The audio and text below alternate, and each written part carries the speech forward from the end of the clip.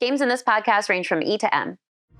Hello and welcome to the official Xbox podcast, the only podcast that comes to you from inside Xbox. And you're going to be meeting a ton of people from across Xbox this week. We're going to be talking about GDC. We're going to be talking about Halo, the TV series Season 2. And we're going to meet some people actually outside of Xbox working on MLB The Show 24, which is out next week. It's a very exciting time. Yeah. And I've got some great people to talk through some of this stuff with. Haley Geller, I've not seen you in a long time. I know, it's been a minute. Yeah, how you been? What have you been up to? I have, been at work. Went to a few concerts over the weekend. Actually saw Bad Bunny, who I am obsessed with. And I also saw Nicki Minaj, and she had a special guest with Tyga. Very music-filled couple of weeks. It's like back-to-back days? Back-to-back days, Saturday and Sunday. And somehow and we set the clocks forward, so you're running on like zombie mode. There we go. Yeah. Yes. So let's get her on a show. Well, we'll get back to what you've been playing, but clearly you've been busy and having a life. Meanwhile, I see you're online every time I'm online. So, Ethan, welcome back to the show. Yeah, thanks 3 for weeks having in a row, I want to say? 2 weeks in a row. There was one gap, but almost. Close. We're close. So close. Well, you brought controllers last week, so that gets you back at least one extra week. I was looking through your bag, by the way. There was nothing in it. I didn't bring it because I knew you would. I mean, we got to come prepared. In hardware, we know what people want. We know what people are looking for. Why we get invited to calls. I get it. But no, thanks for having me back. Haley, I haven't seen you since Disney. Disneyland. Yeah, we went to Disney together after the showcase last year, I want to say. And Nicki Minaj showed up. It was crazy. It was crazy. We rode teacups together. It was just wonderful. Yep. But yeah, good to see you again, and thanks for having me back. All right. So, like I said, we're going to have a number of guests on the show today. But before we get into those, we always like to talk. There's actually been a lot to play these last several weeks. So, who wants to start? Who's been playing what? You want to go first? The guy, you've got a lot. Yeah. You kind of set me up. You've had a life and you've been no-lifing. Yes. I have been no-lifing. I'm going out of town, candidly, for like a month. And so I'm getting all my games in now because I'm going to be without an Xbox for quite some time. I think last time I was on the show, I was talking up a lot of cozy games, a lot of cooperative games I've been playing, Dead Island to Helldivers to Palia, just some cooperative experiences. So I've done a complete shift. Finals is in its last few days of the season. The new season drops on Thursday, I believe. And you also have Hunt Showdown, which is a game I've played a ton of, with their Desolation's Wake event happening. So I dove back into PvP with my friends, been playing a lot, had to finish the Battle Pass and Finals. For folks that haven't played, you got to check it out. It's a free-to-play game. I got into it a couple of weeks ago, and really cool presentation. Yeah. And so, which grabbed you about the Finals? I think it's got a lot of mechanics from a lot of games I like. Like, it's got mobility like Titanfall and Apex. It's got destructible environments like Battlefield. It's got gamified modes, so it's not just like deathmatch and like who can kill who. It's like you actually have objectives. And it's all kind of told through the story and lens of like a show. So you have like a fake crowd that's cheering. You have announcers that are very over the top and silly, but really just like a lot of fun. Like, the dialogue is just great. And I actually believe the two announcers are AI. So there's they pump new lines into the game all the time. So you don't always know like what they're going to say, and that keeps it fresh to me. And so the story kind of incorporates the AI aspects. There's like hacking happening. If anyone watched the teaser for the new trailer, all the new abilities and stuff have to do with like glitching the game. So you can actually make walls disappear and shoot through them. You can throw grenades that teleport people. But they have these really cool animations. It's just great game design. It's just a really, really fun game. And you get to choose different sort of types, it almost reminds me of like the old NES like hockey. If you go way back, you could pick like really fast little slender people or like bulky, heavy. Yeah. You have your tanks, you have your thick DPS, boys. Thick boys, exactly. Yeah, extra totally. C's. Exactly. And so you can kind of fit your play style, and it's 3 players, so it's a great team-based game. It's not just like run and shoot. You have a lot to do. There's a lot to think about. It's like the first game I was telling you that's made me feel like an old man. Like, I'm pretty proud of my gaming prowess. I feel like a pretty sweaty gamer, as the kids say. And lately, like, that game really put me in my place. Like, no, I'm 31 now. I'm slowing down. My reaction speed is slower every year, and it hurts. It honestly hurts me inside. So I'm just getting used to that. Your esports career is winding down. down. Yeah. If I ever have kids, I'm going to be that annoying dad that's like, I could have gone pro. You'll be the coach. Yeah, exactly. And so similarly, similarly in terms of player base, team size, another 3-player game that my same crew plays is Hunt Showdown, which has been out since 2017. I got about 1,000 hours in this game. It's a root and casually. Yeah. Also, I don't want to get into it, but this game is amazing. Like it's rootin' tootin' cowboy shooting. It's all 1800s weapons. Takes place right before World War I in the Bayou. And it's like, imagine a cowboy competitive shooter with zombies. You're fighting monsters. It's like a haunted Louisiana setting. And so you run in, you have to kill the boss, you have to extract with the loot. And all the while there are other players doing the same thing. Are there alligators that you have to watch out for? There's an alligator boss. And perfect. Is that a good right thing or a answer? bad That thing? was the right answer. Okay, good. So either way, I've just been trying to clean up a lot of my battle passes, before the events end and get all my sweet looking cosmetics. Because if you don't look good killing people online, like, are you really playing? Some might say no. No. Malik and I fight about this all the time, by the way, because he has vanilla skins and everything. Vanilla, yeah. Makes me sick. Very, very Malik. Yeah. So what about you, Haley? I guess my list is not as long as Ethan's, but you got a lot going on in your life. Yeah. Outside of games. Yeah. What a concept. I don't know. I've been playing a little bit of Gears of War Judgment, I guess going back in time, some of the OGs with Baird and Cole. Yeah. Nice. And I've been playing with some coworkers, just a really fun and entertaining time, just having the waves of baddies come in for you constantly. Yeah. I feel like it just gets my heart going. But it's been fun to just get back and play Gears again. It's a fun gig to get to play games with your coworkers, like to do like a little meeting and just take it over a game. Let's hash this out online. Yeah, exactly. Haven't done that nearly enough, but we should all bring back the play game time. I know we should do that. Yeah. All right, this is where I'm just going to awkwardly tell you now what I've been playing. I want to know. I do want to know. So a lot of people have been talking about Dragon's Dogma. Actually, as we're Dragon's Dogma 2, I should say. As we're filming this, I know people are starting to get a hold of review copies, but the preview beat of that, as we call it in the industry, like where people got to play it before they got to review it, headlines were like, "This is like maybe game of the decade. Like this might be an all-timer." So like my hype levels are like, and they released a character creator. So you can now just search for Dragon's Dogma 2 character creator demo. Yeah. It's a free download. And there's some really good stuff. I've seen the posts online. You can make everything. I've seen everything from like Walter White to Pikachu. Yes. Guess which one was scarier, by the way? Pikachu? By a long shot. It was nightmare fuel. Yeah. But seeing some really cool stuff that people are able to do with this. So I went and I made my main character and I made my pawn, which is sort of this, someone who will escort you with, throughout the game. And at least in the first one, you were able to get multiple pawns. So it's like, okay, I'm going to be someone who's going to want to maybe stay back. So I made someone who was tougher and shielder. Smart. You can always change this stuff later, but it was really, that got me just hyped, just making my character. I can't wait to get out there with these characters. Then I happened to just look and notice that Dragon's Dogma, the original Dark Arisen, which was like a sort of an updated version with DLC and just tons and tons of content, was on sale for $4 and like 85 cents. Oh, it's a must. Had to do it. So Impulse bought that and jumped in because I never really played.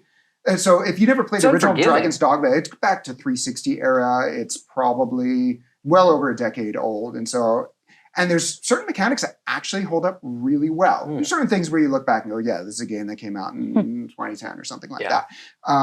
But just to get a feel for what the game's like and the lore and how it feels. And this whole thing about like climbing onto monsters and almost sort of Shadow of the Colossus sort of situation. And cinematic. It just was like frenetic, but really fun. And so suffice to say, I'm incredibly hyped for Dragon's This is the game that's like limited fast travel. There's not quest markers. There's limited quest markers. Like it's very not holding your hand. So the world feels really lived in and huge, by the way. Even the map looks like a hand-drawn map, and you don't have sort of icons everywhere, and you're sort of like, let me go back, oh, this road's going to go over here. But then you're constantly, I'm like, well, what's that? And it sort of brought me back to that era of gaming where you're like, just curiosity sort of, drives you forward. And hearing the interviews for Dragon's Dogma 2 with the dev team is saying, our world is going to be so dense and have so much stuff to do, you're not going to want to fast travel. Yeah. I think I've read that at certain points you can in some way, you can drop a crystal, whatever. I'm not worried about that now, but I love what they're saying about how just being in that world will be fun. The world is not going to be just like, they say like driving through LA, sometimes it's like really interesting spots separated by strip malls. Yeah. And it's just like, you're just going from interesting place to interesting place. Well, that part in the middle should be really fun. And That's so, awesome. Yeah. So we'll be playing that. Actually, it comes out next week, end of next week. Right when I go out of town. None for you. Same, Tragic. because I'll be out for GDC. But very man. much looking forward to getting into that. I'd imagine we'll be talking about that in future weeks. So one of the games that might be a game of the year contender from what we're hearing, I also played the worst game of all time. The worst? You think it's the worst? Let's hear it. I don't know if it's like Dun. canon for the worst game of all time, but I was just looking at some of the games that were coming out on ID at Xbox Indie Games, and there was something, and it was just the key art. Hopefully they're putting it up here for a game called Plumbers Don't Wear Ties Definitive Edition. I love that there's a definitive edition what of makes this it game. bad? With more So ties. I knew nothing about this, and I just downloaded it just based purely on how just ridiculous this looked. And it turns out, and so Limited Run Games published this. Now, Limited Run Games, you might know, they make like boxed copies of games that don't always come in boxes, and they're like game collectors' best friend. That's awesome. And so they do a lot of cool stuff like that. What they ended up doing is sort of packaging up this game, but then like essentially kind of making a documentary around it. So I don't know if you played like the special version of Karateka, which was like it came out last year. It was a really old school PC game that I played when I was like 5, and it sort of was like a forerunner to, a lot of like action platforming games, and they sort of told the story of Jordan Mechner, who created the game. I want to say probably single-handedly, because that happened a lot back in the day. And it was like a documentary and a game at the same time. Oh, cool. This kind of has a lot of the same thing, except at the beginning when you first load it, it looks like Windows 3.1 or something, like super old school Windows, which was very charming. And then they have like a 6-minute thing where they're like, why are we doing this? Why are we remaking this game? It is one of the worst games ever. And they sort of get into like the importance, like nobody doubts that we should preserve like classic games that everyone knows and loves. And you can go back and play, like, if I want to go play Super Mario Brothers, there's a way to do it. It's not the hardest thing to do. Yeah. But there's value in preserving like bad games too, because they remind people of like, what the gaming industry was like at the time. 100%. And, how did you get to here from there? That being said, I'd never seen this game. It had come out on the 3DO, which, okay, yeah. So, what's that? Okay, what's that is the right question. So I'm sure you've heard of like Sega Genesis and Super Nintendo, because those were the dominant players of the early 90s. But then like before games had discs, there were a few systems like 3DO, Jaguar, Philips CDI that were like very expensive but had like discs. They took like a DVD. One of them might have taken laser discs. I can't even remember. And they were like experimenting with where gaming would be going. None of them was like all that successful, but I think they did influence like even to where we're at now. And this was one of those games. And it's effectively a PowerPoint with voiceover, and you can choose certain things, but it's all photos. The story, the acting, none of it is good. None of it is good. But you're not selling I guess, it. I kind of. But it's like a bad game. There's going to be people who are going to be like, what? And there's going to be people who are like, it's so bad, it's good. Yeah. This is maybe it's so bad that it went past good and back to bad again. But at the same time, I'm kind of glad it exists. Yeah.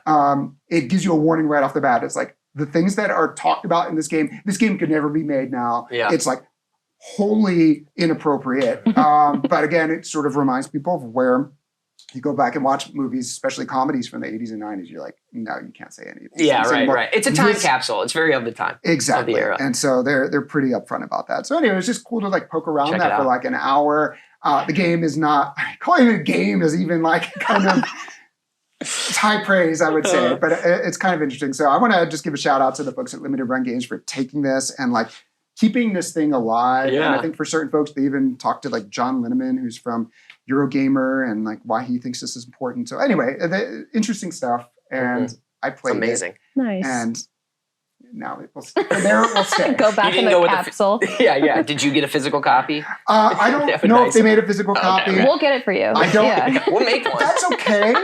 That's okay. You want to frame it? Yeah. It'd be cute. People walking like, I'll oh, put what it is next to this? my Zune, which I actually do have one of I those. also have one too. Yeah, okay, Yeah. all right. Well, that's for our Zoom cast. We'll talk about that on the next I feel like that's a episode. popular white elephant gift, by the way, at Microsoft. Yeah, actually, I did. It was a chair. I made a donation to get. Anyways, the whole thing. Anyway, so let's talk about games people are actually playing, because there's been a significant amount of updates to a number of big games that millions of people play. And one of them that I thought was really interesting was Forza Motorsport has an update number 6. And this addresses, a couple of different things. One, there's this thing called the Combustion Tour, which there's a series of races with 4-cylinder, 6-cylinder, 8-cylinder, V10 vehicles, and then you can earn really like awesome supercars like the Pagani Zonda, and so there's some cool stuff there. But they made some big changes to the progression mechanics, and ultimately it will allow more freedom for people that are playing to upgrade their cars in the way that they want to. It sort of takes away some of the level requirements for what you can upgrade when. You can even cash in some of your credits into the car credits for that. Anyway, tons of stuff over on ForzaMotorsport.net. It was a great 5-6 minute video that talked about it. But if that was something you've been looking for, the team at Turn 10 has listened, and it's there along with, again, more cars and more races to do. Something that really, go on. No, please. I'm excited for the next one. I'm excited. Okay, well, do you want to take it? Sure. Oh my gosh.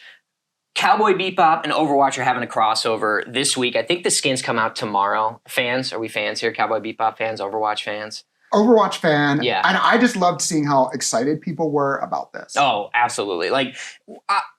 It's a great anime. If you haven't watched Cowboy Bebop, first off, turn off the show or finish this podcast. Excuse me. Sorry, producers. We need the minutes. Yeah. Yes. And then after this, immediately check out Cowboy Bebop, because it is such a unique anime in that the music choices are very stylistically different than a lot of anime, things like that. It's very much in its own world in terms of artistic style, which is awesome. But it's essentially a space, he's a space cowboy or space detective solving crimes. And that's kind of the gist. And someone online is going to be like, well, actually, but that is the gist. Anyway, the skins are coming to Overwatch. If you're a fan of the show, we got, Spike Spiegel is the Cassidy skin. Faye Valentine is going to be on Ashe. I'm picking up that skin. Absolutely. Ashe is my favorite character in the game. So going to be picking up that skin. You also have a few others, right? Jet Black, Mauga, which is going to be cool. Mauga is one of the newest tanks and getting a lot of play right now. So I'm sure we're going to see that skin plenty. Sombra gets the Ed skin, which is also very cool. And then you also have, I think there's one more that, if I'm not mistaken, is the free skin. That's going to be Aini, the Wrecking Ball, which Ain is the dog. So obviously, Wrecking Ball, if you don't know, yes, yeah, and Wrecking Ball's a hamster, so that's might be my favorite skin. I don't want to jump out. I think I'm looking at pictures right now, and I think Ain's my favorite. Oh, it's cute. So cute, yeah, so good. So log into Overwatch to complete challenges, and you'll get the Ain Wrecking Ball skin. I believe all the others are available for purchase. That's going to be coming out tomorrow, or excuse me, when this records, it'll be coming out behind us one day. So the day after, right? This airs on Thursdays. It does. Yeah, look at that. I can do days. We just saved you 2 days of waiting. Yeah, there we go. This is great. I wish it was Thursday today. I'm not stoked about the conversation I have to have with my wife that I'm going to be buying every single one of these skins, but that's a conversation for post-vacation. Yeah, exactly. Yeah, exactly. Yeah, exactly. We don't have to worry about that today. So our good friends at Blizzard worked with us on an article on Xbox Wire. That's news.xbox.com, and they actually show how they made the art and how they collabed here. So if you're into Cowboy Bebop as much as you are Overwatch, this is probably going to be the thing for you. I love a good crossover. Absolutely. There also, I want to say Ghostbusters and Destiny had a crossover announced this week. Oh, I didn't see that. Pretty sure. I'm pretty sure I didn't make that up. Let me We'll just edit it out if check I that. did. But I'm pretty sure That's I more saw money that. to spend on cosmetics, ladies and gentlemen. There you go. We're looking out for you. While you're looking that up, we're going to get into some of our interviews. We actually have a lot going on.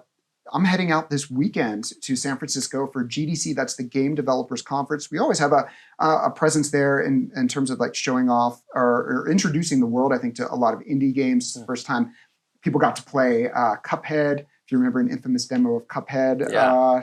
back a long time ago, that happened at GDC. So Tina is going to be speaking with Lori Wright, who leads partnerships and business development here at Xbox, talking about what Xbox is bringing to GDC this year. Then, and I hope you don't take offense, I'm going to kick y'all off the sofa because Kiki Wolfkill is going to be coming here to talk about Halo Season 2 series and the Episode 4, The Fall of Reach, but all the way through the episodes that took place today, actually. So if you're going to want to get caught up, I would say, on Episode 7. 6? Today is episode 7, and it's out now. Wow! So pause this. So again, pause this. Watch the Halo episode. Finish this with the interview, and then watch Cowboy Bebop. That's all like 400 episodes or how many episodes of that, and then come back to the end of the show. We're going to have Malik meeting with Ramon Russell, who is part of Sony San Diego, the people that make MLB The Show 24. We've had him on every year since MLB has come to Xbox and come to Game Pass as it is once again this year. So let's send it over to Tina with Lori Wright. We've got a special interview segment with Xbox's CVP of Gaming Partnerships and Business Development, Lori Wright. I don't think you've been on the podcast before, so I'd love to first introduce you to our audience. There's a lot of slices of Xbox in the business. Business is literally in your title right there. So I'd love for you to talk about what it is that you do at Xbox, a little bit about your journey. What does all of those incredible words in your title mean in practice? Well, I would be delighted to try and tell you all the fun aspects of my job. It really is a super special role that I feel really privileged to have. There's a phenomenal team that, of course, is behind the scenes and out on the front lines as well, doing so much of the great work. So what it means is we have our gaming partnerships and business development organization. And this you can think of as like all the great games that you play on Xbox. Our team goes out and brings those games onto the Xbox platform. And then my team is also responsible for all the places that you get to play it. So if you're playing on a smart TV with Samsung today or screens of all sizes, we work across all of our partners to make sure that you can play Xbox in as many places as possible. I really do thinking about what's the essence of all of it? And it really always comes down to the games, right? The games are just so central. And so the team's mission is about how are we empowering all creators to, and this is creators large and small, to build for Xbox and to bring their games into our world. And for me, I think this is the passion that comes through in these roles, and we get to just see the energy and the creative spirit for how all of these games are getting made and the audience that we get to help the games reach. And I think just in what it means throughout my own career journey and history, just loving the art form of entertainment and seeing the passion again in the gaming community and the things that these creators are working on and that love so deeply, and being able to bring that art form to the world is really special. So that's a bit about what the team does. Oh, just a little bit, not the majority of what we do and what our players appreciate us for. And I imagine we've been keeping you pretty busy with all of that under your remit. So with all that you've been working across, I'm sure that the last 3 months have felt really jam-packed. I still kind of stutter in my own head that it's been 3 months since the year kicked off. Literally last week on the podcast, I'm pretty sure that I said it was coming up to February 14th and no one corrected me. So I'm guessing that everyone is in the same mental capacity as I am. But it is really because a lot has happened and we have GDC coming up. So more is about to happen. And I want to talk about GDC as well. But let's just look back at the last 3 months because I'm really curious what about the last 3 months in this year, 2024 so far has stood out for you? Oh, it has been an action-packed year so far. I get a little bit lost in the time warp.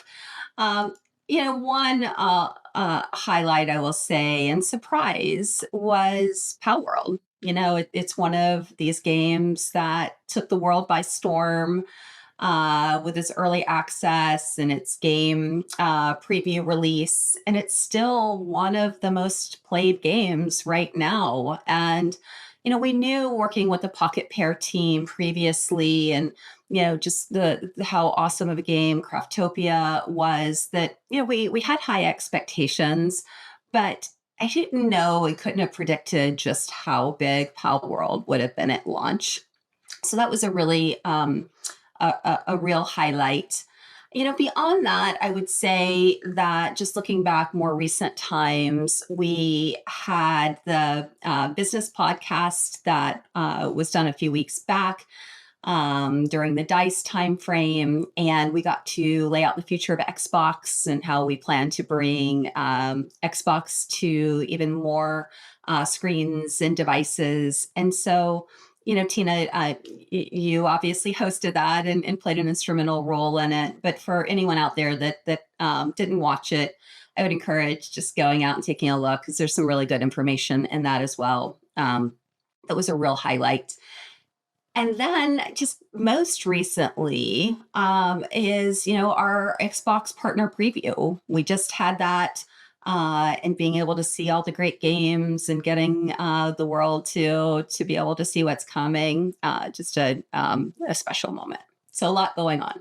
Yes, very much so. And I'm so delighted that I got to participate in even just a slice of any of that. It's been a busy year for myself as well on the show's front. We had Developer Direct in January. I got to fly out to Japan to work with Square Enix on their segment. That was such an incredible experience. They were so hospitable and just so fun to be behind the scenes and working so closely with these studios and really learning from them as well. And as you mentioned, we had our second ever partner preview just last week as we're recording this. And now I don't want to put you too much on the spot since I worked on both those shows, but on a scale of 10 to 10, how much did you love my shows? I love it. Perfect. You broke the scale. Yeah.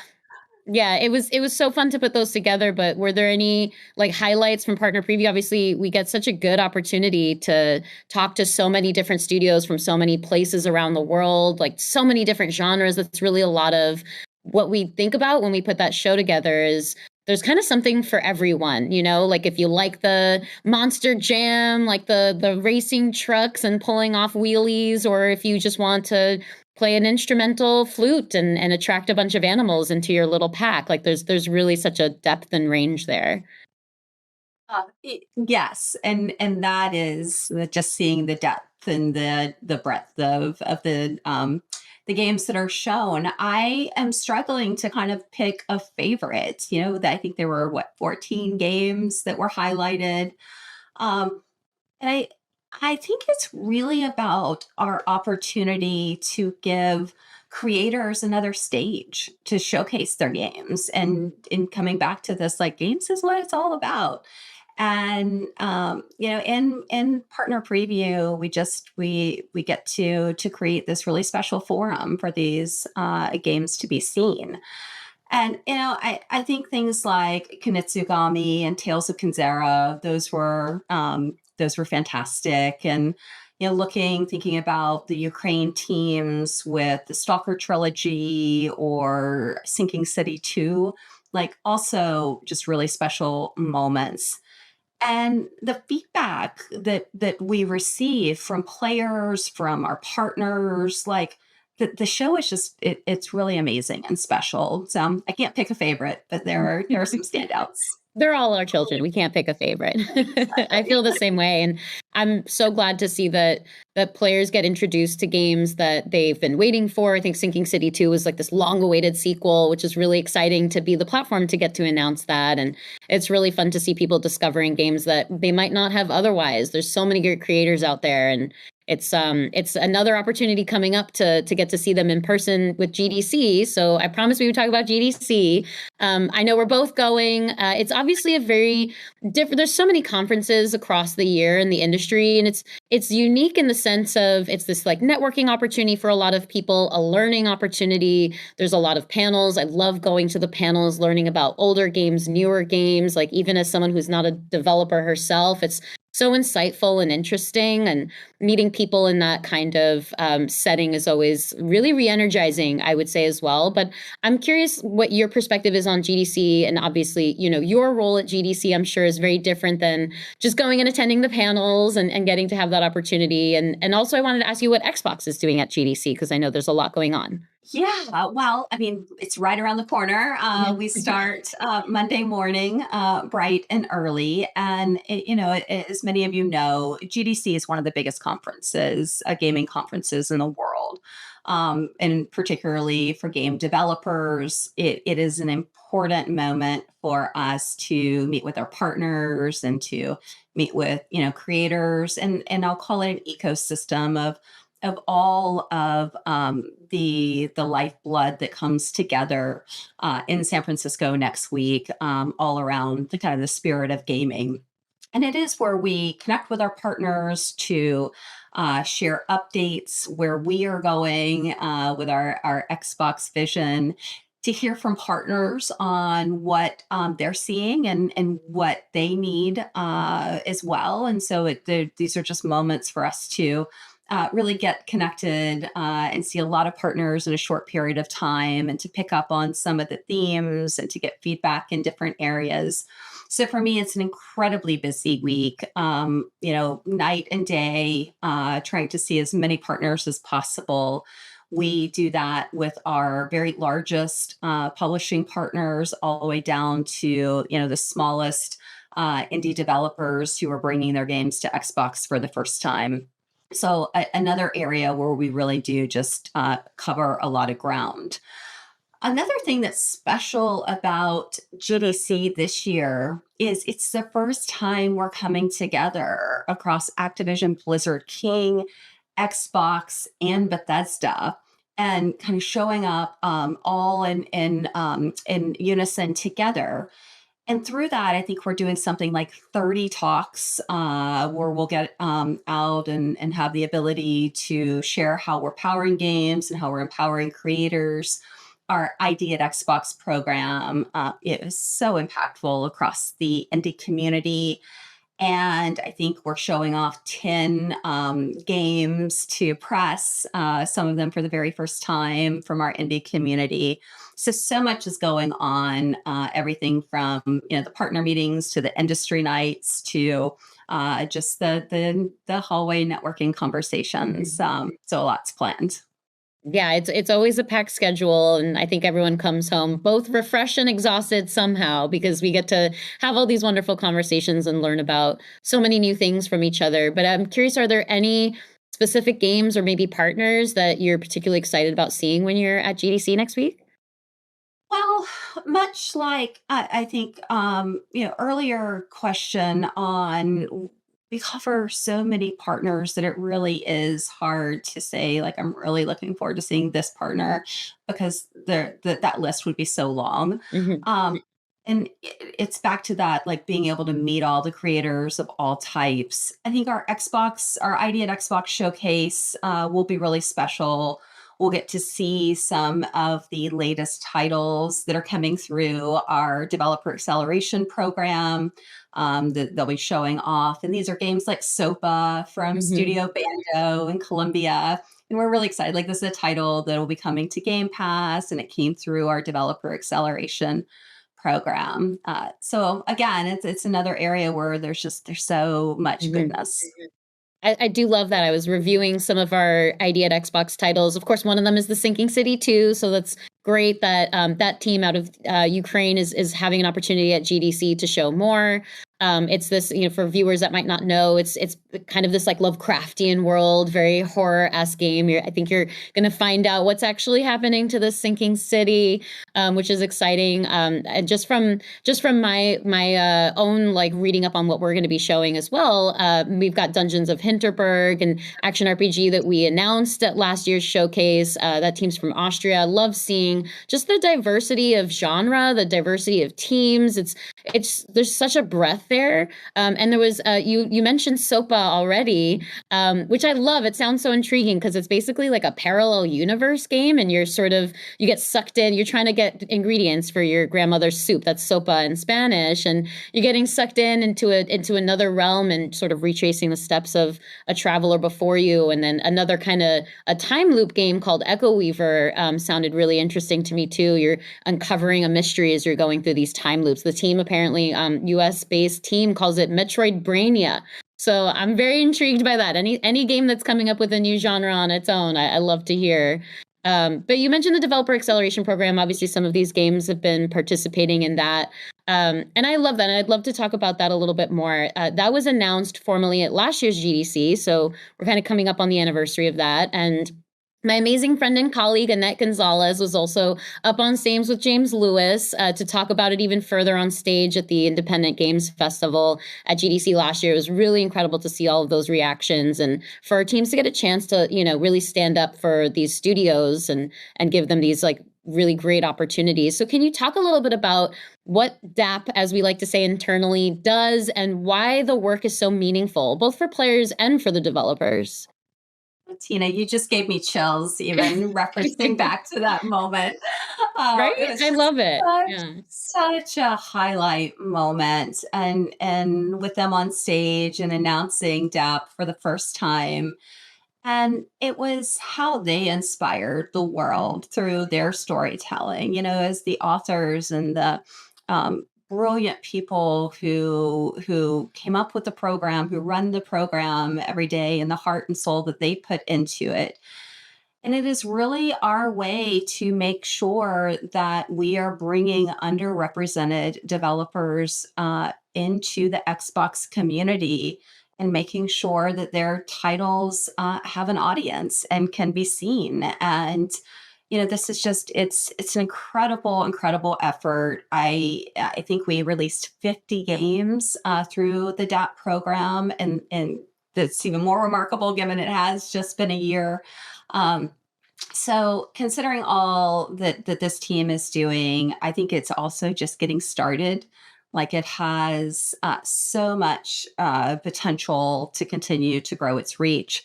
And it's this very, very special thing that we have and do. And it really comes down to the people who are behind it. Yeah, agreed that it's so special. It's special for me as well. I think it's such a great program because it's this lightning rod for talent too, and giving talent this opportunity is so meaningful. And obviously that translates for the players because then they get to experience the incredible talent from these team members. We actually, one of my favorite games of last year was El Paso Elsewhere, and that was a game that came through our DAP program. And I loved it so much, and I love the developer so much, Xavier Nelson Jr., and I love his voice so much. He does the narration in the game. He like sings and raps in the game. I loved it so much. We actually had his voice do the VO narration for our last Xbox partner preview. And I was excited that some people actually noticed, like, wait, is that Xavier? And it's just so fun to participate with the community in that way and be part of, bringing them these new experiences, these new developers, and seeing those devs like go on to do incredible other things and being like, even myself being a small slice of any amount of support to that is really meaningful as well. And I imagine you feel very similarly. I do. Even games like Venba and Space for the Unbound and like so many others that have come through this, in addition to El Paso Elsewhere, like it's a special program. Such a great lineup. Well, I know we don't have too much more of your time, so I wanted to ask you just a couple more questions. Obviously, we've talked a lot about GDC, but what's the next big thing for you after that? I know we've got a busy year, even beyond just the 3 months where we've been busy already. Yeah, it's a little mind-boggling, to think about. I typically time slice into get through next week and then Yep. all the stuff that's around the corner. But the team is working really, really hard right now on our summer showcase. And we can't wait to show the fans everything that we're cooking behind the scenes to reveal its summer showcase.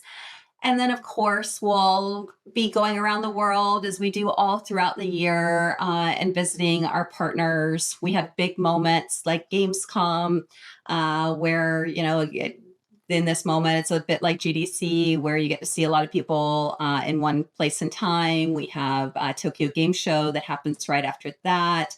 But then in between, we're just out on visits, scouting the world, talking to our partners, and preparing for all the stuff that's exciting to come in the future. Well, I'm very grateful for that because you get to bring in so much content that I get to also help share through our shows. So always makes my job that much more fun. But lastly, since this is the official Xbox podcast, and we always like to talk about what we've been playing these days, I'd love to ask you that very same question. Oh, well, this one I go back to a game that is my ultimate Zen game. Anytime things get a little bit stressful or just want to immerse in something special, I always go back to Tetris Effect. Mhm. It's just the music, the sound, Yes. the way that it's kind of meditative. I have loved over time.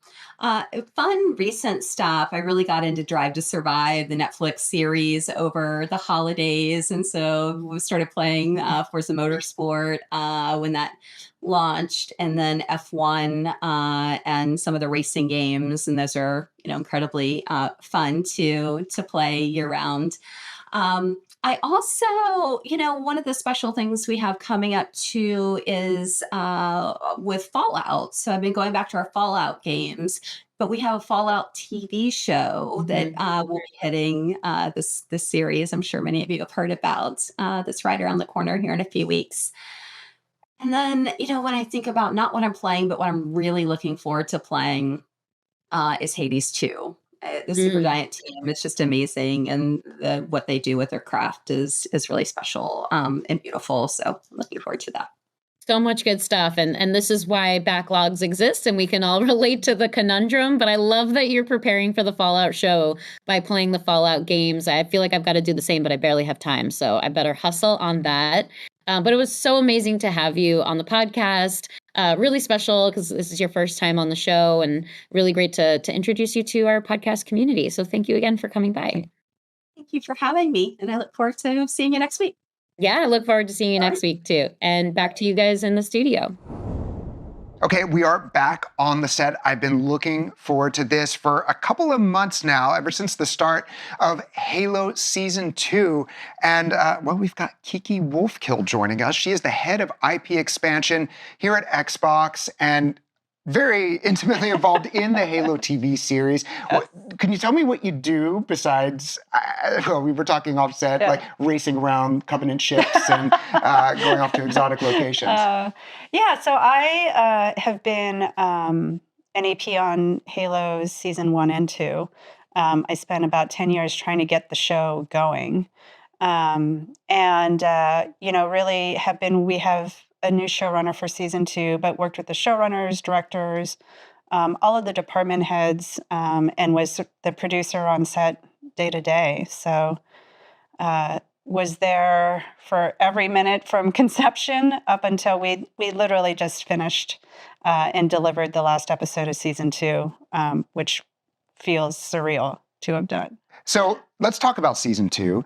It's critical success, as our PR guy loves to remind us. 94 on the tomato meter. Really a big tonal change. It's been darker. It's been more impactful. There's been some serious stuff going on. So what are your takeaways from making Season 2, and what were the goals that you had coming into it?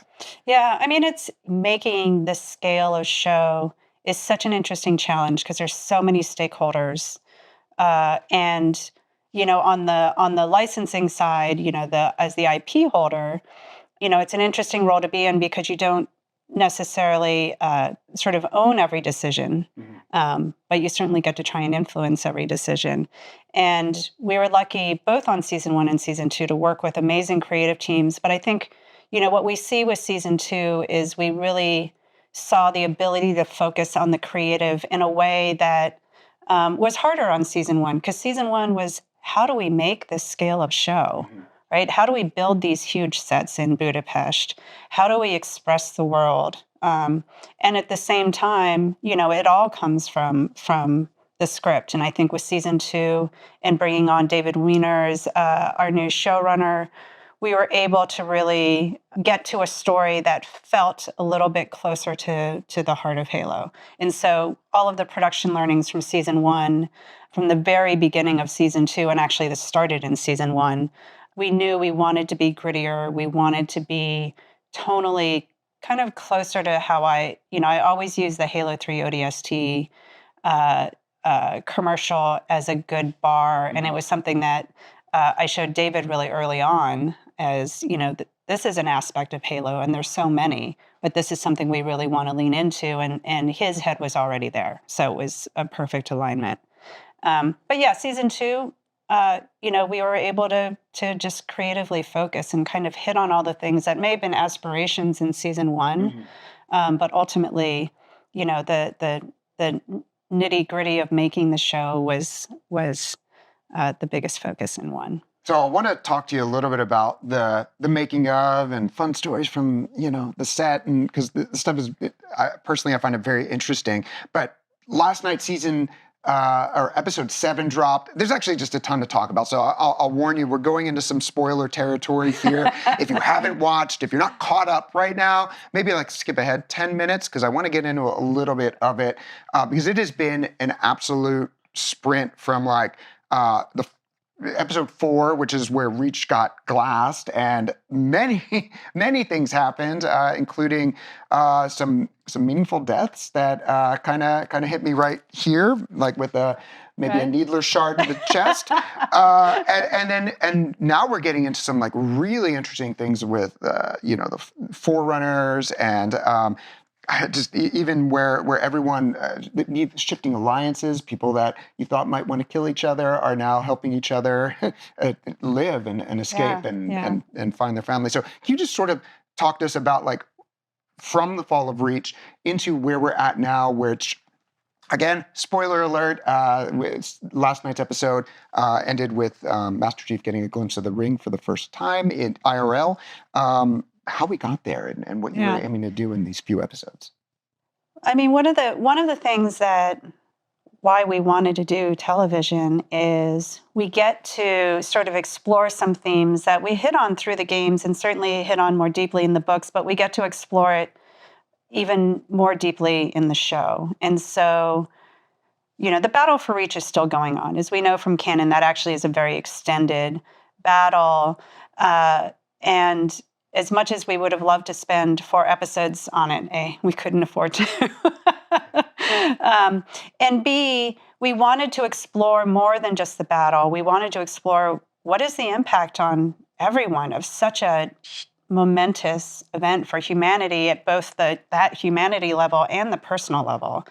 And, what is the impact of losing, your brother and your family in Bannock? What is the impact on someone like Riz? For me, her decision in episode 5 is one of the most poignant moments in the season. And at the same time, how do we also explore all of this sort of political intrigue that has existed in Halo, the Ackerson-Halsey dynamic, Perengoski's role, that the UNSC knew what was going to happen on Reach. All of those things are things we got to dig into a little bit more. So I think what you see we needed the moment on Reach to help sort of motivate all of these other storylines. And it was an amazing episode and an event to chronicle, but that's really the thing that sort of kicks off that race to the ring, right? Because this is humanity on its last, sort of on its last leg. And I think one of the other things that's always intriguing about that is when there is sort of this existential crisis, and I think this is a theme we can relate to even today, the things that are happening in the background and the politics, and it's wait, you have to focus on saving humanity, right? Not the political turmoil and so that anxiety that brings up and that tension is something we also wanted. But really what we're seeing coming out of episode 4 and into 5, 6, 7 is everyone's coming together. The race to the ring is accelerating. As you said, we finally get to see it in real life. And so you see all of this coming together. And for Chief in particular, he is reunited with the armor. And what does that mean? Yeah, I wanted to talk about that. If the stakes felt so much higher on Reach and in a number of encounters that happen afterwards because his armor's been sort of secreted away and he's got to lead without that. And so was it a creative risk to take Chief out of the armor for the better part of 3 episodes? Yeah, I mean, I will say that, that was something we talked a lot about. And I had a lot of concern around the Spartans and Chief in particular being out of the armor for so long. That said, part of what's so important to tell in this season is what is John's relationship to the Master Chief?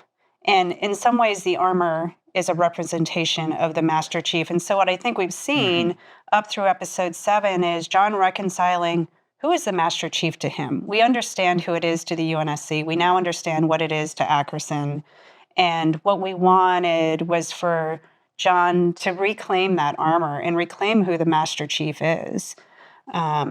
Because the Master Chief is John, but we see some different perspectives on that. And so while it felt risky to keep the armor off, and there were so many tactical challenges in going into battle with Sangheili without armor, and there's that part of you that just wants to see them kick ass in their armor. On the flip side, I loved seeing them kick ass without their armor because you forget how extraordinary they are outside of the armor with the augmented bodies and decades of warfare. I loved seeing that part of them. But ultimately, it's about Chief reclaiming who the Master Chief is and reminding us that he is the Master Chief. And so, I love that moment of him coming back to his armor. I love that moment of he and Kai in front of Vanek's armor. I thought I was done crying about Vanek, but I was not. Yeah. So that ultimately was a really important decision. And hopefully for the audience, when we see the armor come back on, it will mean something more. Yeah, you touch on some interesting stuff that you're able to build out in the show, which is, I'm kind of reminded of this quote as a sports fan. You're not rooting for players, you're rooting for uniforms in a way. And you see all of this sort of propaganda of Chief's armor, the Spartan armor, and do it for him, and how much that motivates the other sort of rank and file soldiers and Spartans that are out there. And so it was really cool to see that. There was a pretty key moment. I'm a big fan of Kai, but where Kai in armor is at odds with John outside of his armor. Can you talk about that scene and the challenges there? Yeah, I mean, I think with that scene, it was interesting because it was such a tough balance between really needing her to put the beat down on, but also, this is someone she loves, and this is a moment where, again, you're torn between, what is your duty, whether she's been misinformed or not, between your duty and your family. And she still has that sense of duty, which I think is a Spartan value. And with John, what you see is sort of letting her do it, right? And accepting that in some ways he understands why. Yeah. And she doesn't want to, but she feels that sense of duty to do it. And I think we needed that moment so that when she understands Ackerson's lies, right, it hits her in a very different emotional way. And I hope the audience feels at the end of that scene that how she feels about sort of what she's had to do. So that was one of the more intense scenes so far this season. Another one that really got my heart like literally pumping involves Corporal Perez. So Corporal Perez, someone that I thought might just be a throwaway character in the first episode of the season, where her platoon is sort of just like plucked out of the fog, but manages to survive and has an interaction with Chief, or continued interactions with Chief, but then has joined the Spartan program and is in these training sessions, and you're seeing from inside the helmet. And I thought that those were really intense. Can you talk about those scenes and what you were trying to convey there? Yeah, I mean, Perez has lost right? Has lost everything. She's lost her family, and this is her way to fight back in whatever way that she can, recognizing, we see she recognizes that there may not be victory. And unlike the Spartan 2s, whom we've seen have been trained and have that sort of machine-like understanding of warfare, we wanted to see the war from, earlier in the Marine view, but later on, like how terrifying it is. And also sort of humanize that Spartan 3, because we know how Perengoski is going to look at them. We know how Ackerson looks at them. Like there's this idea that they're somewhat disposable, right? There's this idea that we can make huge numbers of Spartan 3s, and they're cheaper and they're easier and somewhat fodder. And so we really wanted to have her in that suit, so you understood what the cost of that was, right? And again, that separation of who are the people in the suits versus, the powers that be, and people versus weapons, that concept. Yeah, and you end up having to sort of almost identify with or empathize with both of those different groups, as difficult as that can be at different times. That's right. All right, let's jump to a different group, because there were so many different different teams. I do want to touch on them all. We talked originally, I was like, we're not going to be able to do all of them, but now I really want to hear more about it. It was really interesting seeing the sort of the discord in the ranks with the Arbiter and McKee and his ship full of elites and elite priests that I'm not familiar with seeing. And so it was cool seeing sort of how that came together, but then also where Cortana's in the mix. So can you sort of talk about those scenes and how that's sort of driving towards a climax? Yeah, I mean, humanity is not the only race with political conflict. With the Covenant, it's a little bit different because you have the concept of the Great Journey and the prophets, and Uto Mdama, the priest, really sort of represents that, where they believe getting to the Great Ring, getting to the Halo Ring is going to take them on their journey. McKee has a different view of that now. Mm-hmm. And in some ways, knowing that the Arbiter's mission is to destroy Chief, her goal is to really try and convince the Arbiter that he is the one who's to take them on the Great Journey and get them to the ring, because she just wants to get to the ring. And so you sort of see that manipulation, and then you add into the mix Cortana, who's adding another level of manipulation onto McKee, which I love, right? I love seeing Cortana sort of operating on her own and trying to figure out her way to get back to Chief to help the UNSC. But there is also, what we know about Cortana, which is, am I still going to be around? Mm-hmm. And she cares about that. Exactly. Yeah. So very, very interesting across the board. All right. I would love to talk about Soren. I would love to talk more about Ackerson, who I don't like that guy, but also, but yeah, that's his role. But I wanted to, just because some of the most sort of like jaw dropping and sort of, I'm glad we're getting to this type of stuff, was involving Halsey, Miranda Keyes, and Quan Ha, who are discovering like really interesting Forerunner stuff. So, and this is some of the first time we're seeing some of the things that I guess are in terms of scenery, like things like, I feel like I've walked down corridors like this in the game. So can you talk about those scenes and what they're sort of portending? Yeah. I mean, thankfully we were able to bring everyone back together on Onyx. Halsey and Miranda are reunited, and we find Miranda in this dig site. And it is exciting because we get to see Forerunner architecture, things that we've seen forever in games. And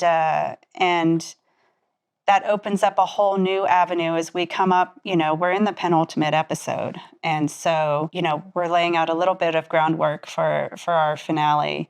But the Forerunner have always been such a source of mystery And we hit it pretty hard going into 7 in what we see there.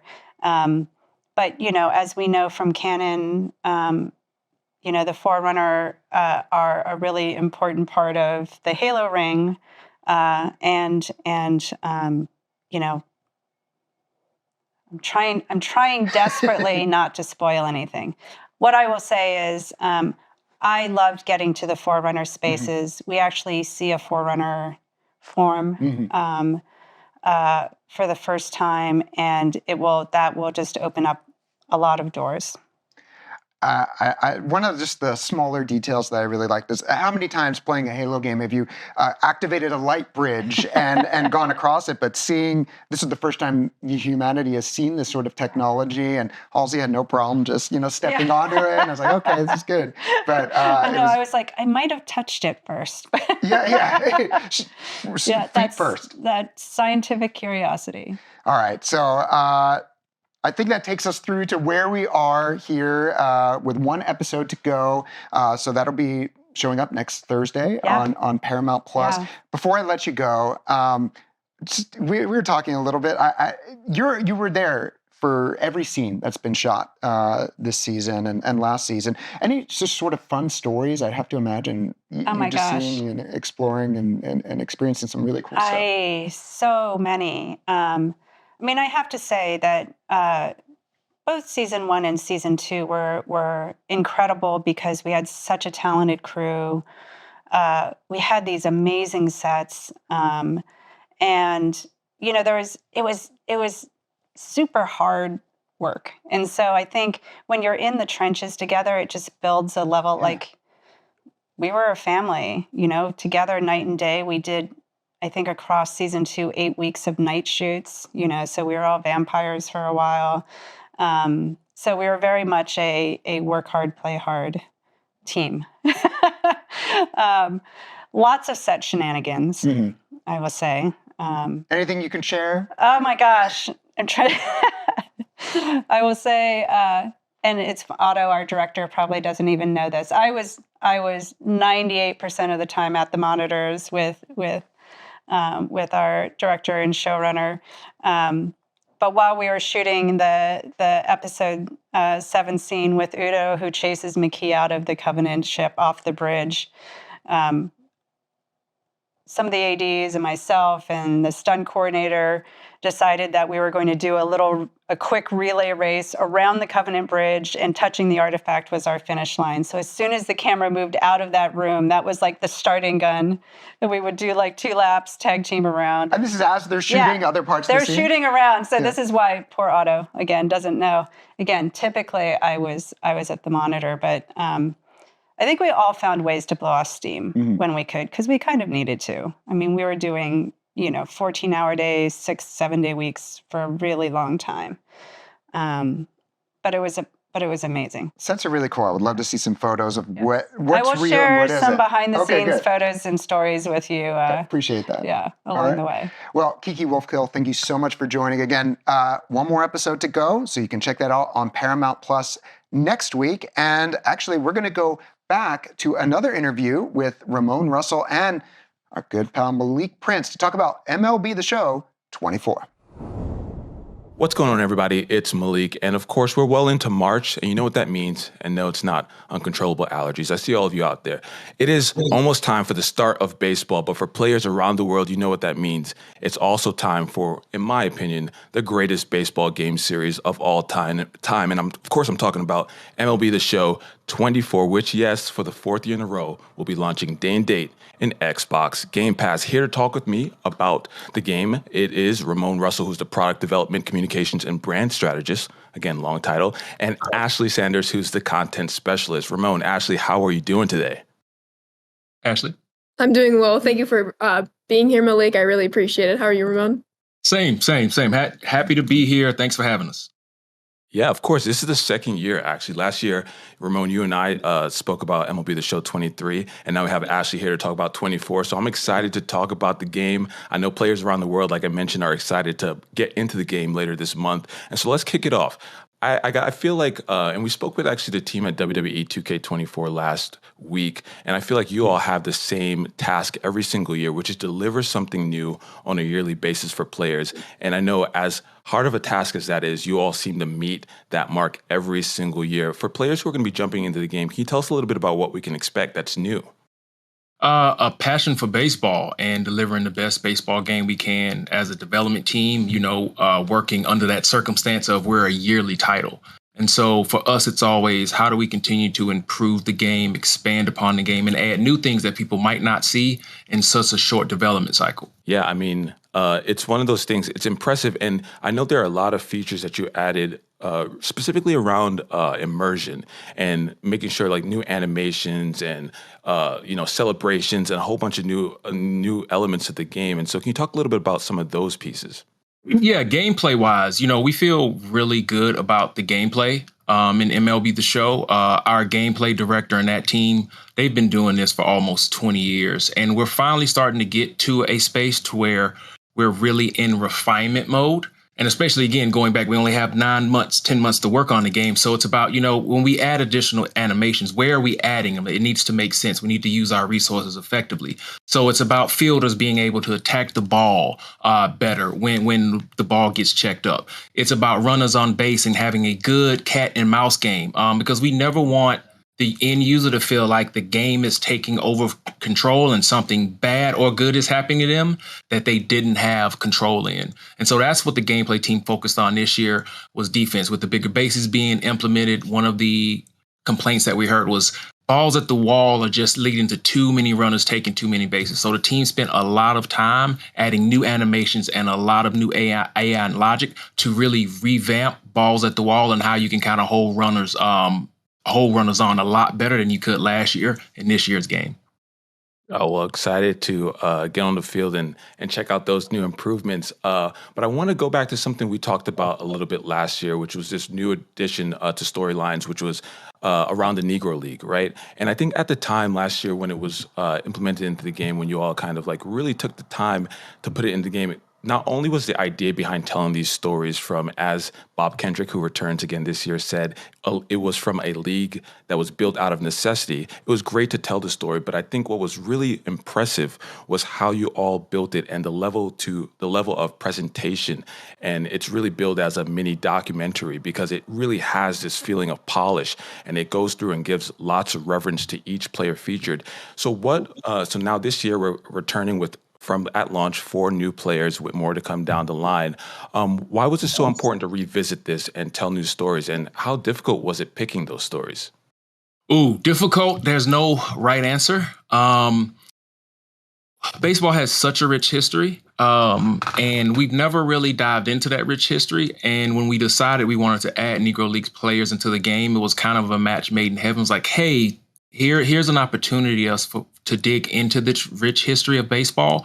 It probably makes sense for us to start with the Negro Leagues because it's such an important part of baseball and American history that not a lot of people know about, especially, playing video games. We know the audience may be a little bit younger.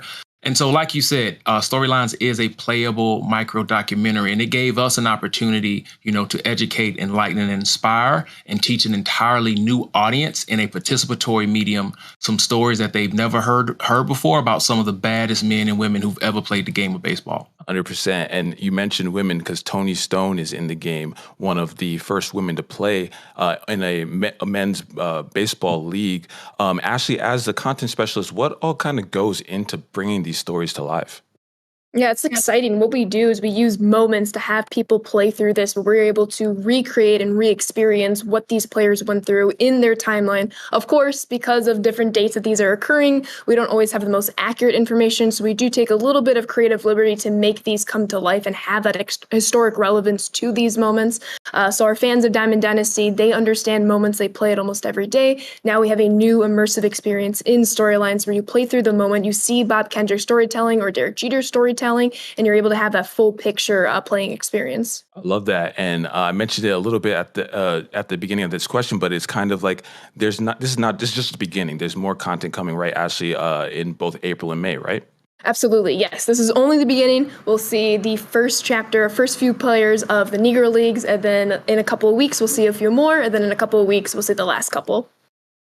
Giving players what they want, more stories and amazing moments. And again, going back to teaching people where, baseball is today, it's really built off of a lot of the progression in those, the progressive nature of the Negro Leagues. And what we love to do here at Xbox is celebrate, these social impact moments. And you all have a version of that, specifically in this game, obviously in your continued partnership with the Negro Leagues Baseball Museum, which is in Kansas City, Missouri.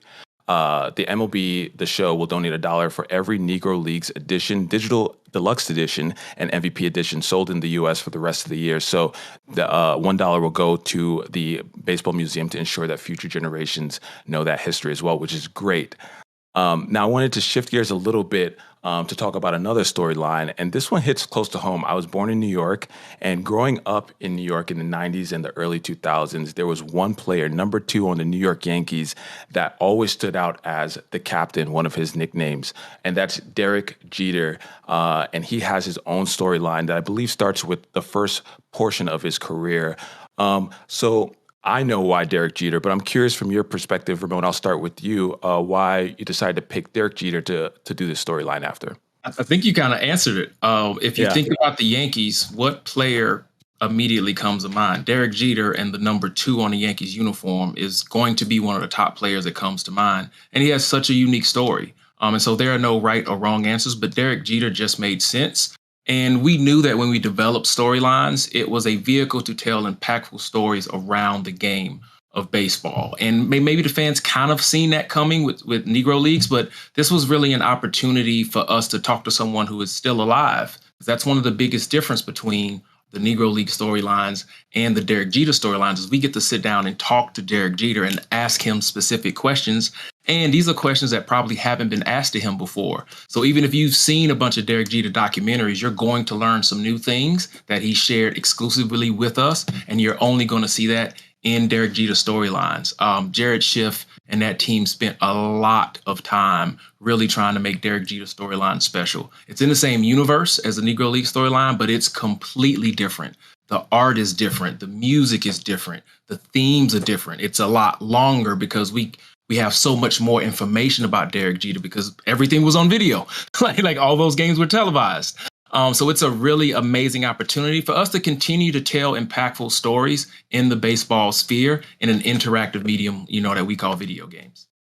100%. And Ashley, as the content specialist, as someone who helps put together these stories, what did it mean to you to kind of, as Ramon was mentioning, go ahead and put that research in and kind of bring it to life in a gameplay setting? It's incredible. I was born and raised Chicago, but knew a lot about Jeter and his New York nativeness. So as a developer on this game, I learned so much. I knew that I thought I had everything figured out about Derek Jeter, but as I was creating and working with Jared and the team on this project, there's so much new excitement that we're discovering, and it's really, really cool. I think fans are going to see a lot of little Easter eggs, if you will, in some of the new presentation and UI that's coming in Storylines Derek Jeter.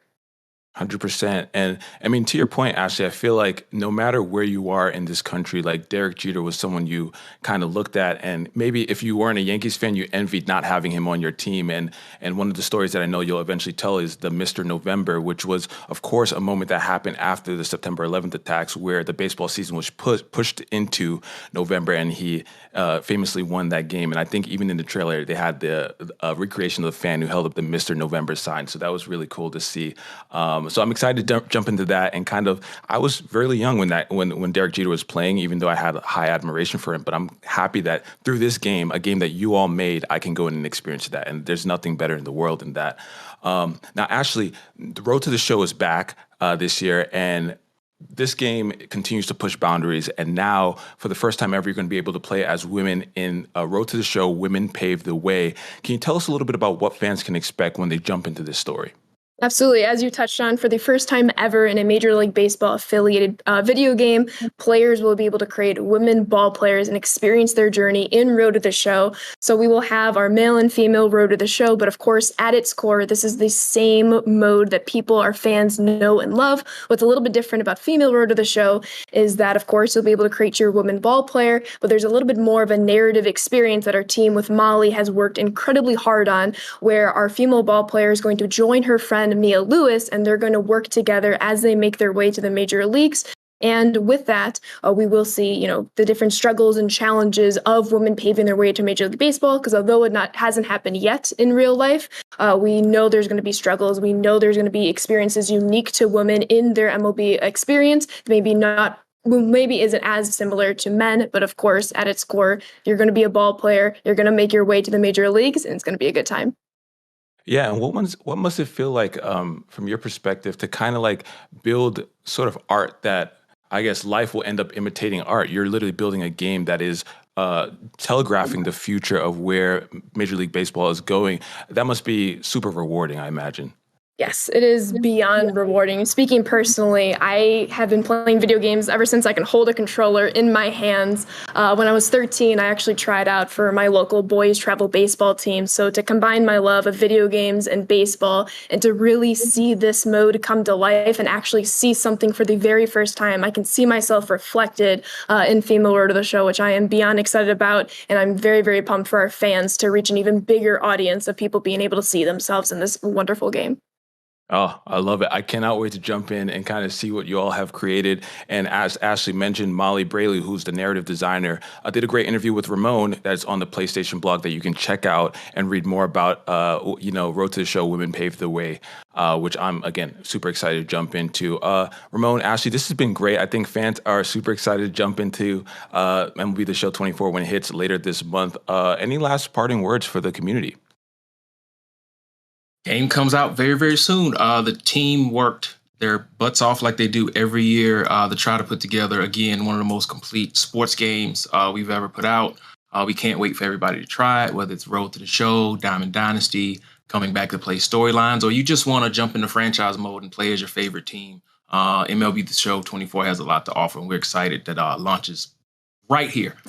I couldn't have said it any better myself. It's really just play your way, play your style, franchise storylines, Diamond Dynasty, Road to the Show, whatever fans are wanting, they're going to be getting. 100%. Well, as they mentioned, MLB The Show 24 hits March 19th. And again, day one on Xbox Game Pass. Ashley and Ramon, thank you so much for joining us. Good luck on the launch. Thank you so much, Malik. Thank you so much.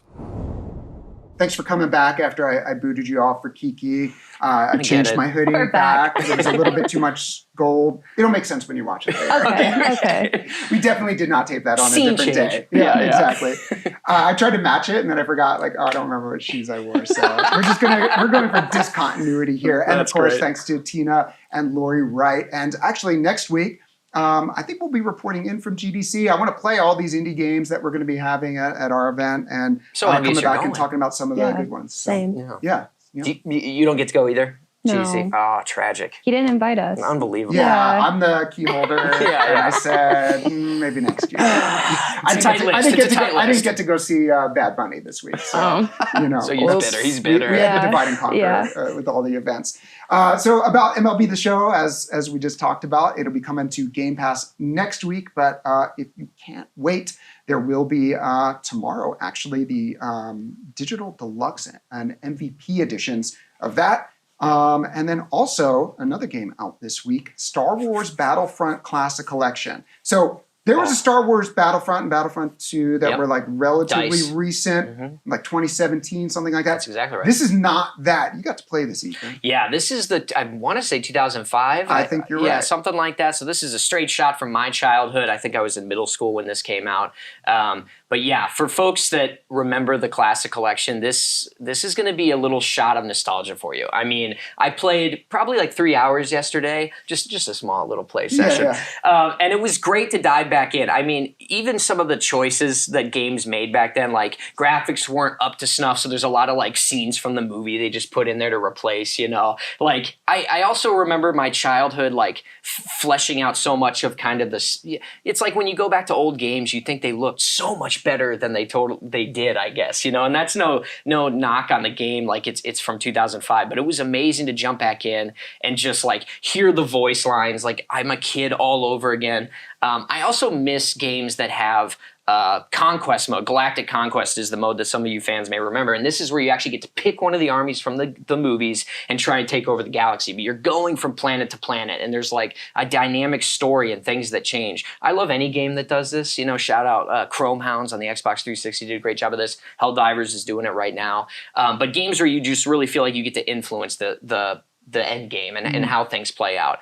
Super fun to dive into Galactic Conquest. Diving into the story mode just tells the story of the movies, but it is just the classic experience. You're gonna be right at home if you played this game before, and if you haven't ever played the original, you should dive in because it is a cult classic. I feel like people still talk about Battlefront 2. And I think it even, like the original for a long time, had a player base on PC years and years after it released. So it's great to jump back in. What character do you play as within the game? Personally or just in general? Do you get to pick? Yeah, so you pick in soldiers, you get to be the rocket launcher guy. I do with a shotgun, a blaster. You pick like your loadout for a soldier, and then if you play well enough, you get to be Luke Skywalker, Anakin Skywalker, but it's like temporary. It's like you have like a health bar that slowly goes down. So it's like how much havoc can you wreak before you get taken out, But you get to play as all your favorite characters, and it's just, if you're a fan of Star Wars, don't sleep on this one. It's just a perfect hit of nostalgia to go back to this. And the music is all there. Oh, it's so good. Yeah. Oop, I hit my mic. But it is like, I grab one of these, We're going to have to move the mic next time. That's on me. I'm a big grab my chest guy. But it is like the audio itself is perfect. The music just sucks you in. Like even the startup screen, I was just like, you get that tingly feeling. I'm just like, I'm back, we never left. It's such a good game. Very cool. And I feel like it was one of the first Star Wars games that really brought some of that scale when you would think about like, the Battle of Hoth. And we had seen that going back to like N64 and certain games, but this was when, now there's lots and lots of folks on the field. And they did a pretty revolutionary thing at the time was they added, especially when Battlefront 2 came out, Battlefront 2, the original second one, this is going to get confusing, but they added these space battles that you get to pick all your ships and fly around and you're fighting, but you can actually land in the opponent's ship, you can get out of your ship, you can detonate the shield generator from the inside of the ship. These things that were just so ahead of their time, it just made incredible dynamic multiplayer games. Just a memorable experience. And it's split screen, which I feel like not enough games are split screen these days. So got to give them a shout out for that. Couch co-op is a must. Very cool. Yeah. We're going to keep the nostalgia train going because another game that came out about 20 years ago was called Outcast. This was really it pioneered a lot of the open world type of situation with non-linear where you got to go where you wanted to go when you wanted to go. And anyway, a sequel is out now called Outcast: A New Beginning. I watched a trailer on this. I don't have a lot of familiarity with the original Outcast, but I watched a trailer. I was like, this looks really fun. You're flying through the air, kind of like you sort of look like a superhero, but it just looked like fun, traversing exploration, flying around, shooting things, and anyway. And it is a sequel, I believe, right? Yeah, the original was. Yeah, it takes place later on, so your character's actually kind of like an old dude, so making me feel at home with my slow reflexes. You're immersed. Yeah. After getting my butt handed to me in the finals, I'm like, I'm going to go be Cutter Slade. Yeah. That was a name we all had back about 20 years ago. My brother Cutter. Yeah, exactly. It is a very action movie name. Yes. I love it. Yeah. Actually, we're going to keep the retro thing going even more. Yeah, let's do it. Contra Operation Galuga. I watched a trailer for this, and I was like, it looks like Contra, but like. No. Yeah. And Contra was like what I played when I was in elementary school on the NES. It's a Konami classic. There have been many versions of it. Mm-hmm. Some people say the Super Nintendo version was probably the best one. Do you remember the Konami code off the top of your head? I always remember the Konami code. Okay. Up, down, left, right, BA start. Everyone knows that one. Yeah. And then it was like everyone. I'm like, what are you talking about? There's like even a channel like the WWE gaming channels, up, down. Yeah. Well, okay. Anyway, like that has existed All right, maybe not everyone knows that. It's a generational My thing. son's middle name. Yeah. Everyone who's got like, gray nice hair streaks. right about here remembers the Konami code. Okay. When you would do that, because when you were playing the game, it would give you 3 lives. You ain't beating that game with 3 lives. I'm Right. sure some people in like Awesome Games Done Quick or something could do it, but like 8-year-old me was not beating that game with 3 lives. You do that code, you get 30 lives. Then it's a bit more realistic that you're going to be able to take that game down. So anyway, super fun. This one looks really good. It looks like it captures what Contra, like if you were to make Contra now, it looks like this. It's still 2D or 2.5D in certain situations. Yeah. Best part, there's a demo available. So Check it out. if that hits you in the feels, go ahead and try that out. It might be something you're looking for. Try out the Konami code, see if it works. It has to. A lot of exciting games this week, a lot of intense games, but nothing is more intense than watching you talk with your hands during this podcast. Because I am look at this one. Like you can see it on camera. I'm so scared He's you're gonna hit the You've come mug. close like 8 times, and I swear I'm focusing on that as much as the run of He's show. gonna up, down that mug. I am such a compulsive hand talker. So Me this too. week I did This Week on Xbox, and I'm sitting there in my room, like voice it, and I'm still gesticulating, and I'm like, get it. It just happens. I get it. Yeah. I apologize. You shouldn't. This is why I'm sat over here. You're gonna hit me from that's my range. It's like the splash area, Yeah. the slap area. We'll just keep it. Okay. Yeah. These don't work. Thank goodness. For Yeah, that thank goodness reason. for that. All right. A few more games that are out now through Game Pass, meaning if you're watching this, you probably have access to them. We talked about a few of these, but one that we didn't talk about that sort of popped out there and is there now, NBA 2K24, getting into the business end of the NBA season, so perfect time to jump in there, create your player, and catch up with the NBA season before we get into the playoffs. Always great to see this come to Game Pass. It's always, for my money, the best looking sports game that's out there year after year. Totally. Talked about this a little bit, but very excited about it. SpongeBob SquarePants, Battle for Bikini Bottom, Rehydrated. Can you do the pirate accent? I don't know. And At the very beginning, I tried nailing it. We'll see. Are you ready, kids? Are you ready, kids? That's pretty good. Yeah. Maybe an hour ago when I had just woke up, like ask me right when I wake up and I'm A little bit raspy, raspy, a little yeah. bit more, a little bit of phlegm. Well, we tried. It's out for Game Pass. Nice. Have you seen the I thought you were console? trying to get her to do the pirate. I'm not going to do that. Okay. Oh, okay. But you do have something else. Yeah. I was going to ask, did you see the console and controller blasted across your socials? Anyone? You would be the one to plug this Yes. first off. I love Anyone? this. Yes. Well, we did see this. We talked about it a bit Yeah. last week, but for those who didn't watch or listen, Yeah. tell us about it. Yeah. I guess if you didn't get the opportunity to get the console from the drop on Best Buy that's right. app, Yeah. the Xbox Twitter channel is running a sweepstakes, so a retweet to win. If you didn't get that lovely console off the Best Buy app, now's your chance. I think the sweepstakes is running from now-ish until April 7th. So there's that. So we didn't make 100 of them. We made 101, and there's still one up One for left, grabs. yes. So make sure you go ahead and enter in there. And then, of course, once you get it, you can download through Game Pass, SpongeBob SquarePants, Battle for Bikini Bottom, Rehydrated. Also, Control Ultimate Edition. Again, one of the best games of the last 5 years, easily. Definitely looking forward to going back. I never played the Alan Wake expansion, and that's included here. There were a few expansions. We talked about that a bit last week. We did. Yeah, and that's like the same way. I haven't played Control or Alan Wake. Oh, I know. okay. And I'm such a horror fan. Like, it's on the list. Yes. But you guys were gushing about it so much last week. You really should play Control, both of you. It's less horror, a little more shooter. Yeah. You're not as restrained in terms. It's not a survival horror the way Alan Wake 2 Still a especially funky, cool is. story. Yeah, definitely creepy, but it's really cool. Yeah, so, gotta play it. you It's a have to. must. And No More Heroes 3 also available right now through the magic of Xbox Game Pass. Hey, we are winding down the show here, so we can't end a show without giving you a little something. Can't promise you a SpongeBob console. Actually, I can't promise you just about anything other than what's coming to Game Pass. However, for Free Code Friday this week, we have MLB The Show 24 game codes to give away to a handful of you lucky listeners. You know how it works. You go over on Friday. In this case, it would be Friday, March 15th, over to twitter.com/XboxWire at noon Pacific. And at that point, we are going to ask you this question. You reply. We will pick 5 winners at random, but it has to be a legitimate answer to the question. So, okay, the question is, if you round a sports team, what would the mascot be? You go first. You made me talk first earlier. Okay. I guess act surprised. Okay. The corgis. The corgis. Oh. Okay. Shocker. I think a corgi makes for a good, It'd be so cute. because you can have the corgi on the field. I think that's Yeah, what would running. work. Like imagine Like a in real baseball, corgi. Yeah. like when the manager comes out to do a pitching change and the corgi comes out, like everyone would be happy. They have corgi races, I think, in some.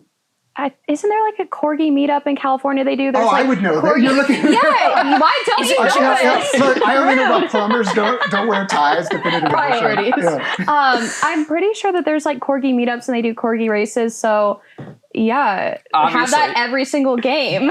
You need to infiltrate into the corgi, society. Bring them all. There you Everyone go. needs that. You saw the studio corgi, right? Yes, Carl? Oh. so cute. Cincinnati corgis. I feel like I could deal The with Cincinnati that one. corgis. CC. Yeah. That'd be cute. That's good. Jeff, you got to go Ethan. next. No, I don't have to. I'm the Fine. host. I don't have to go So on. I do He'll love. have a list. I do love dogs. No, that's pretty good.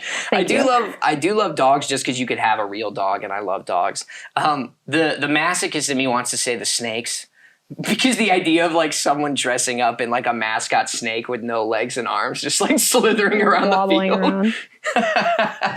Would you go like a that poor cobra kid. or like an anaconda, something that makes it a Yeah, little you more... could. Yeah, a little cobra, but still like explicitly no arms and legs. So the actor inside is just forced to slither around the field.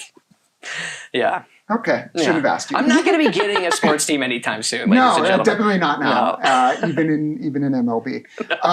So I'm from Philly, and there doesn't have to be any theme for your mascot. That's like right. the Philadelphia Phillies have the That Philly alien. Fanatic, which is just like a green dude who is super obnoxious, and But the like, Flyers have a great. and the Flyers have Gritty. Yeah, which the also best mascot is- of all time. Exactly. So it doesn't have to have a theme to be like That's fair. memorable, Yeah. if not legendary. Yeah. So, but I was thinking, you live out here in the Pacific Northwest, and the thing that people have been talking about the most, animal-wise, for the last little bit, have been murder hornets. And I feel like the murder hornets would be like a pretty What a good. name, yeah. That would Ooh. be a pretty good. Yeah, it's pretty intimidating. Yeah, Yeah, exactly. we're going up against the murder hornets this week. Exactly. You better win. Just a I bunch think of if you're nice the murder guys on that hornets, team. you Be better a be good. rugby team or Yes. something. Oh, Yeah, there it's we go. giving rugby. Not Yeah. the table tennis team or No, something like that. no, it's not. Yeah, it's or not a the local shuffle. What I don't even know. shuffleboard. No, yes. curling. That's what I was thinking of. Oh yeah, curling. Yeah. That would work. The curling mortar. Have you ever murder been curling? hornets. No, I've heard it's delightful. It is actually a really good time. I have sweeped my kitchen, You're halfway there. so Yeah, Just do it more Swiffer vigorously. Dusters. The Yeah. Here's what you do closest. this weekend. Pour just 3 to 4 inches of water into your kitchen and just open the windows, let it freeze. let it freeze. You'll be Okay. in business. Yeah, Okay. I'm just gonna love that. There we go. Oh, this is a show about gaming. And it's over, actually, for this week. So take your mascot. Look out for twitter.com/XboxWire, noon tomorrow, and tell us what your mascot would be. It's probably going to be better than those. Probably not better than corgis.